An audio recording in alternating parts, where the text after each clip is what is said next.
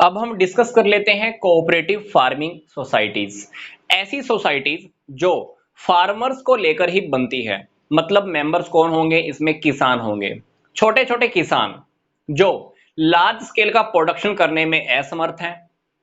सस्ते ढंग से एग्रीकल्चर का काम करने में भी उनको प्रॉब्लम आती है। एग्रीकल्चर का काम तो करते हैं पर उनको बहुत महंगा पड़ता है। अब ऐसे ही कुछ किसान चाहते हैं कि हमको बेनिफिट मिले, तो वो लोग मिलकर एक सोसाइटी का निर्माण कर लेते हैं जिसको हम बोलते हैं कोऑपरेटिव फार्मिंग सोसाइटीज। तो ऐसी सोसाइटी जो फार्मर्स को मिलकर बनाई गई है, definitely that's called the cooperative farming societies. Target क्या है? लार्ज स्केल का प्रोडक्शन करना, कुछ बेनिफिट्स भी ले लेना। तो इस प्रकार की सोसाइटी का जो ऑब्जेक्टिव रहता होगा, टारगेट क्या रहता होगा? अपने मेंबर्स के लिए लार्ज स्केल का प्रोडक्शन करना।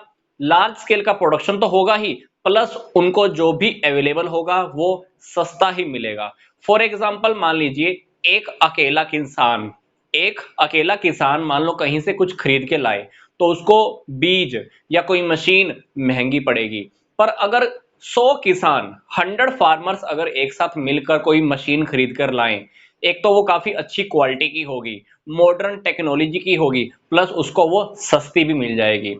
तो डेफिनेटली ये सोसाइटी क्या करती है? अपने मेंबर्स के लिए जो टारगेट होता है उसको अचीव करने का काम करती है, ताकि उनको सारा जो बेनिफिट मिले वो सस्ते लेवल का ही मिल जाए, सस्ते लेवल पे ही उनको बेनिफिट अवेलेबल हो जाए।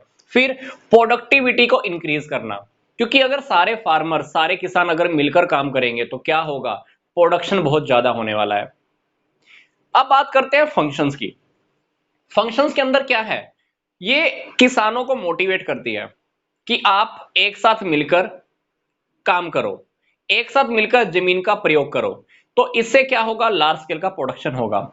दूसरा फंक्शन, ये अपने मेंबर्स को मॉडर्न इक्विपमेंट, हाई क्वालिटी के बीज, खाद, फर्टिलाइजर्स भी प्रोवाइड करती है। क्या बेनिफिट होगा? उनका जो टारगेट है सस्ते ढंग से काम करना, हाई क्वालिटी का प्रोडक्शन करना, अच्छी क्वालिटी का प्रोडक्शन हो जाए, ये सारे टारगेट्स भी किसानों के पूरे हो जाते हैं। कुछ और फीचर भी है इसका। अब सोचकर देखिए, ये 3 किसान अलग अलग काम कर रहे हैं। इसने अपनी जमीन पे कुछ लगाया है, इसने अपनी जमीन पर, इसने अपनी जमीन पर। मान लो ये सोसाइटी के मेंबर अभी तक नहीं है। ये किसान मान लो जमीन के लिए काम करने के लिए मान लो 10 लाख की मशीन लेकर आता है, ये भी 10 लाख की लेकर आता है, ये 20 लाख की मशीन लेकर आता है। तो अल्टीमेटली हर किसी का अलग अलग एक्सपेंस काउंट करें तो बहुत महंगा आ रहा है। पर अगर ये लोग सोसाइटी बनाकर काम करें तो सोचकर देखो कि तीनों लोगों को एक ही मशीन की जरूरत होगी। तो इस सोसाइटी ने क्या किया है? किसानों को छुटकारा दिला दिया है कि आप छोटे छोटे स्केल पर प्रोडक्शन मत करो, जमीनों को एक साथ मिलकर उनके ऊपर प्रोडक्शन करना स्टार्ट करो। इससे क्या होगा? आपके खर्चे भी बच जाएंगे। अब ये तीनों लोग अगर मिलकर एक ही मशीन खरीद ले 25 लाख की, तो डेफिनेटली इनका ही बेनिफिट है।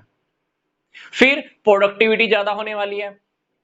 जो इनकी फसल उगेगी लार्ज स्केल पर, उसको सेल करने में भी प्रॉब्लम नहीं आएगी। अदरवाइज छोटी छोटी फसलें जब उगेंगी तो उसको मार्केट में सेल करने में भी प्रॉब्लम आती है। पर जब एक सोसाइटी बन जाती है तो सोसाइटी क्या करती है? अपने फार्मर्स की फसलों को भी सेल करने का काम करती है, उनको बेनिफिट प्रोवाइड कराती है।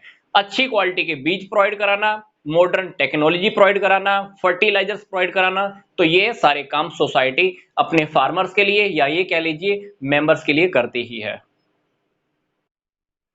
इसी वीडियो के डिस्क्रिप्शन बॉक्स में कुछ और इंपॉर्टेंट वीडियोस के लिंक्स भी दिए हुए हैं, आप उन्हें देखकर भी अपनी नॉलेज को इंक्रीज कर सकते हैं। तो यहां तक का वीडियो देखने के लिए आपका बहुत बहुत धन्यवाद।